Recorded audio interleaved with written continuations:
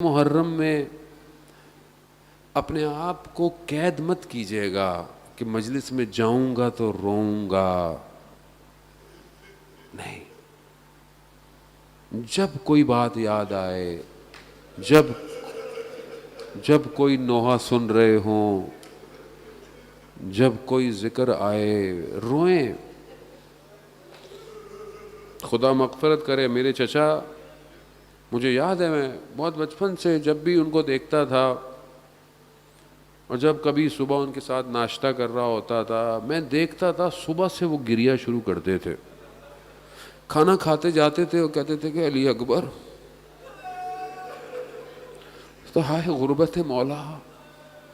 کیوں؟ کیونکہ اپنے وجود کو قربان کرنے والا انتظار نہیں کرتا کب رونا ہے. یہاں ہر وقت گریا ہے، اور یہ گریا بہت ضروری ہے عزیزان محترم. یہ پاک کرتا ہے، کہ کل مجھے فرصت ملی تو میں آپ کو بتاؤں گا. یہ پاک کرتا ہے. میں آپ کو نہیں کہوں گا، میں خود ایک آدمی خطا کار ہے، گناہ گار ہے، دل سخت ہے. ظاہر ہے دنیا کی چیزوں میں انسان کا دل سخت ہو جاتا ہے. کتنا سخت ہے ایک آدمی کے لیے آنسو بہانا. آسان نہیں ہے، میں آپ کو بتا رہا ہوں. یہ اگر آپ سائنس کے طور پر بھی اس کو ریسرچ کریں نا، کہ آنسو نکلنا آسان نہیں ہوتے. آنسو نہیں نکلتے، اور خاص طور پہ دل سخت ہو جائے. لیکن کتنا کمال ہے کہ ہم کچھ بھی نہیں کرتے، صرف آتے ہیں یہاں، اور یہاں صرف ہم نام سنتے ہیں امام حسین کا. خود بخود وجود تلاطم شروع کرتا ہے، آنسو سجدے کرنا شروع کر دیتے ہیں. کرتا ہے. یہ وادی کوئی اور وادی ہے امام کی، یہ کہ جہاں پر یہ ہوتا ہے. امام کی ان بہنوں نے بچپن سے مشکلات کو دیکھی. بس میں چند جملے کہوں گا اور آپ سے التماس سے دعا کہ مدینہ میں انہوں نے دیکھا اس جلتے ہوئے دروازے کو، چھوٹی چھوٹی، نہ جانے کس طرح برداشت کیا ہوگا. بابا کے گلے میں رسی ڈلی ہوئی ہے، نہ جانے کتنے دن دیکھتی رہیں کہ ماں دیوار کے سہارے چلتی ہے. کیوں؟ نہ جانے ماں کو کیا ہو گیا ہے، ماں بتاتی بھی نہیں ہے. جس نے علی کو نہ بتایا ہو وہ اولاد کو کیا بتائے گی. پوری سختیاں دیکھ رہی ہے. یہ دیکھتے دیکھتے وقت آ گیا، اور کوفہ اور ماہ رمضان. ایک بیٹی کہہ رہی ہے بابا آج نہ جائیے، گھر کی مرغابیاں بھی روک رہی ہیں، دروازہ بھی روک رہا ہے، سب روک رہے ہیں. چلے گئے. اور جب ضربت لگ گئی، امام حسن نے اپنے بابا کے سر کو اپنے جو ہے وہ زانو پہ رکھا، آنسو ٹپکا. جب گرا، امام نے آنکھ کھولی. امام کہا حسن صبر کرو. امام حسین گریہ کر رہے ہیں، حسین صبر کرو. صبر کی تلقین. جب امام کو اٹھایا دروازے تک، کہا بس یہاں چھوڑ دو مجھے، میرے قدموں پہ مجھے جانے دو. اور آہستہ اپنے اصحاب کو کہا. کیوں؟ کہا کہیں تمہاری آواز میری بیٹیوں کے کانوں پہ نہ چلی جائے. کتنا خیال ہے مولا کو اپنی بیٹیوں کا. سب کو صبر کرتے ہوئے جیسے ہی جا کر بستر پہ لٹایا، ماتھے پہ پٹی بندھی ہوئی ہے، زرد رنگ بڑھتا جا رہا ہے. جیسے ہی زینب آئیں، وہ امام جو سب کو صبر کروا رہا تھا، جیسے ہی بیٹی کو دیکھا نا، رونا شروع کر دیا. امام سے صبر نہیں ہوا. امام نے گریہ شروع کر دیا، بیٹیوں نے گریہ شروع کر دیا. میں کہوں گا مولا یہ کوفہ تو آپ کا کوفہ ہے. 61 ہجری کے کوفے میں یہی بیٹیاں آپ کی کوفہ میں آئیں گی.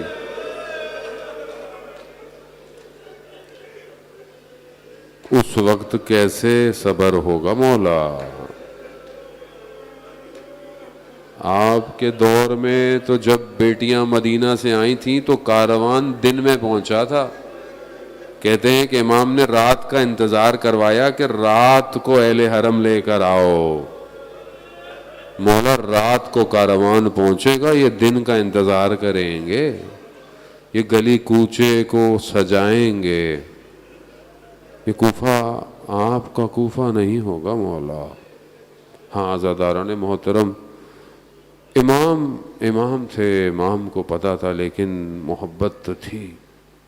لیکن قربان جاؤں اس ایک اور بیٹی پر جو کہ چھوٹی سی مدینہ سے چلتی ان سارے راستوں کو طے کرتی. بس ایک جملہ التماس دعا کہ کتنا سخت ہے ایک بیٹی کے لیے کہ ہمارے لیے اس پورے کاروان کی ایک ایسی بچی ہے کہ جس سے توسل بہت ضروری ہے. آج پہلی شب ہے، آج توسل کریں تو ہم بھی اپنے مولا تک پہنچ جائیں اس بیٹی کے صدقے میں، کیونکہ ایک خاص چیز ہے اور وہ یہ ہے کہ سب آزاد ہو گئے تھے، یہ آزاد نہیں ہوئی، سب واپس چلے گئے.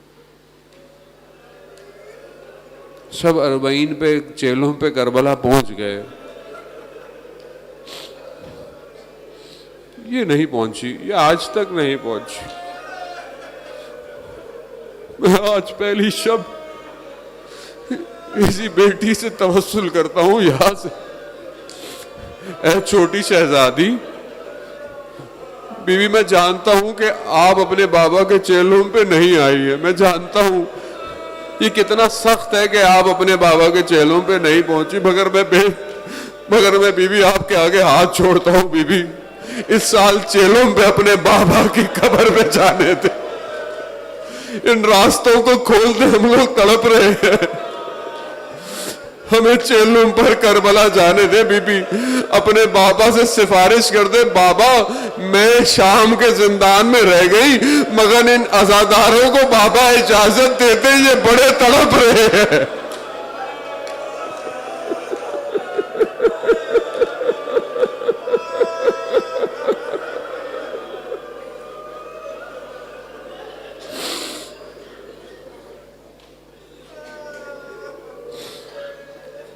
لعنت اللہ علی القوم الظالمین وسیعلم الذین ظلموا ای منقلب ینقلبون. پروردگار امام زمانہ کے ظہور میں تعجیل عطا فرما، ہمیں ان کے ناصروں ان کے مددگاروں میں شمار فرما. پروردگار جو پریشان حال ہے ان کی پریشانیوں کو دور فرما. پروردگار جو حاضرین مجلس ہیں جو سن رہے ہیں، پروردگار ان کی جائز خواہشات کو پورا فرما. پروردگار جو لوگ مریض ہیں، کووڈ کی وجہ سے مریض ہیں، حاضرین میں جو لوگ ہیں، ان کے جو لوگ مریض ہیں، مجھے بھی بہت سارے لوگوں نے کہا ہے، ایک بچہ 14 مہینے کا مریض ہے، ڈاکٹر نے جواب دے دی ہے. ایک اور صاحب مجھے ابھی ملے تھے پچھلی مجلس میں، ان کی زوجہ ICU کے اندر ہیں، بہت سخت مراحل میں. جتنے بھی لوگ اور جنہوں نے بھی التماس دعا کہی ہے، میرے ایک دوست ہیں ان کے فادر بھی آج ICU میں چلے گئے. پروردگار تجھے واسطہ بیمار کربلا کا ان سب کو شفائے کاملہ اور عاجلہ عطا فرما. پروردگار ہمیں کوئی غم نہ دے سوائے غم حسین کے. ہمیں ان ایام میں مقصد امام حسین کو سمجھنے کی، اس پر چلنے کی توفیق عطا فرما. ہمیں آپس میں محبت اور اتفاق سے رہنے کی توفیق عطا فرما. ہمارے اگر آپس کے کوئی اختلافات ہیں مومنین کے، پروردگار ان ایام کے صدقے میں دور فرما. ہمیں دوسرے مذاہب کے ساتھ، ہمیں اہل سنت بھائیوں کے ساتھ مل کر امام حسین کے غم کو منانے کی توفیق عطا فرما. ہمارے ملک حکومت پاکستان کو عزت اور استحکام عطا فرما. اس کے دشمنوں کو نیست اور نابود فرما. جو بھی اس ایام عزاداری میں ماہ محرم میں اپنی کوشش کر رہا ہے، اپنی سروسز دے رہا ہے، سیکیورٹی، پولیس، رینجرز، لوکل انتظامیہ ہو گئی، سندھ گورنمنٹ ہو گئی، اسکاؤٹس والے، مینجمنٹ والے، ٹرسٹیں، انجمنیں، سنگت، ماتمی سنگتیں، سلام پڑھنے والے، نوحہ پڑھنے والے، یہ میڈیا والے، ساؤنڈ والے، ہر شخص جو بھی اپنے طریقے سے جو بھی ان ایام میں اپنے امام کی نوکری کر رہا ہے پروردگار اپنی بارگاہ سے اسے اجر کثیر عطا فرما۔ پروردگار ہمیں حج عمرہ اور زیارات کی توفیق عطا فرما۔ پروردگار ہمیں اس سال جو ہے وہ چہلم میں اربعین امام حسین میں کربلا کی زیارت نصیب فرما۔ پروردگار اس وبا کو بیماری کو انسانیت سے دور فرما۔ پروردگار جہاں جہاں بھی مجلس ماتم جلوس عزاداری ہو رہی ہے پوری دنیا میں، پروردگار ان سب جگہ کی مومنین کی ان کی جان مال عزت آبرو کی حفاظت فرما۔ پروردگار ہمیں کوئی غم نہ دے سوائے غم شبیر کے۔ اللہم ارزقنا زیارت الحسین فی الدنیا و شفاعتہ فی الآخرہ۔ صلوات بھیجتے محمد و آل محمد۔